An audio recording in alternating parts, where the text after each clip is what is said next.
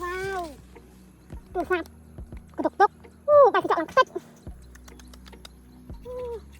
Bài như vậy, bài tích món. Oh my god. Nên tuột sạp một lỗ nữa. Anh ấy, thường tuột sạp, bài phải chọn làm tích đó nè.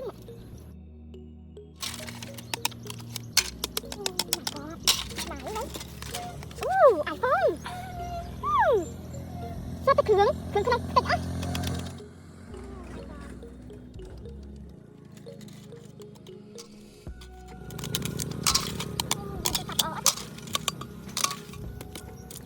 Sẽ cái này, em con bay cho chọn. Liền này. Cái bộ iPad. Cái bộ iPad. Này, bay chọn nè. iPhone. Sao mẹ? Đó đấy. Oh my god.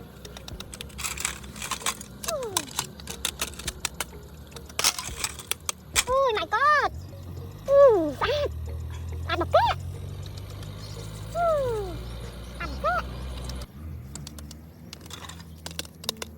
Này tham mô Samsung. iPhoneទៀតហើយសិតតែ iPhone បែកកញ្ចក់ឡើងខ្ទេចអេក្រង់បែកខ្ទេចហ្មងតាមមើលធ្លាក់បែកហ្មង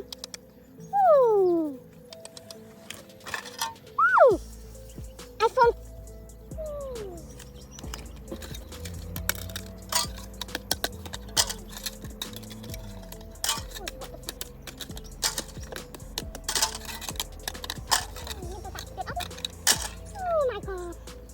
anh ấy iPad hẹn từ sắp nè đang phải từ sắp hẹn có iPad ọt của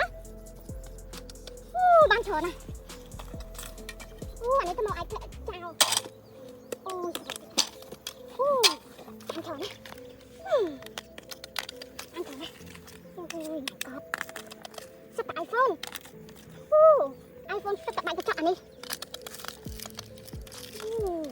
sắp tại iPhone anh ấy đang thả iPad hẹn cô từ xa tết nè oh my god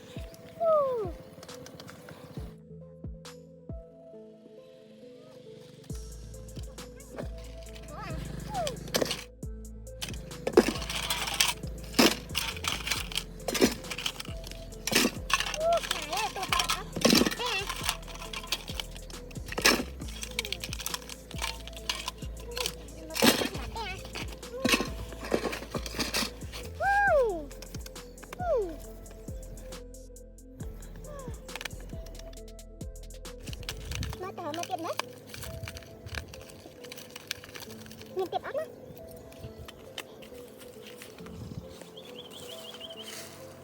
chàng của bộ ếch khác này á nhìn anh tiệm ớt đó cái đầu sao có ớt đấy ếch ớt đó đi lăn cho mẹ chắc phải cái bột nó lên cả nó cái bột lên chân mình sập thờ mình ấy không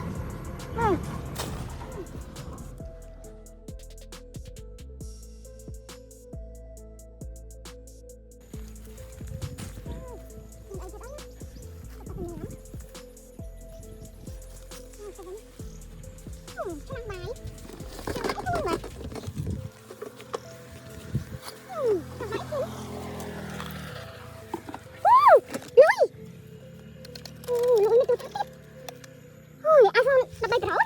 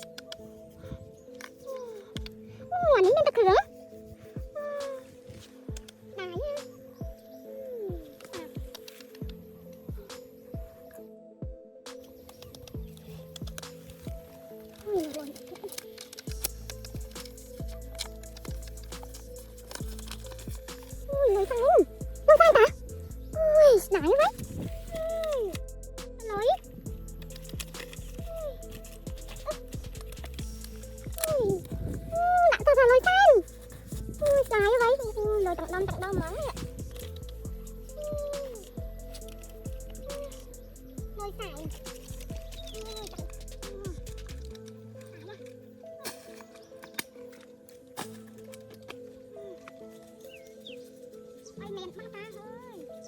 Tầng nơn nó mẹ. Mày tẩu. À bác cái. Làm luôn.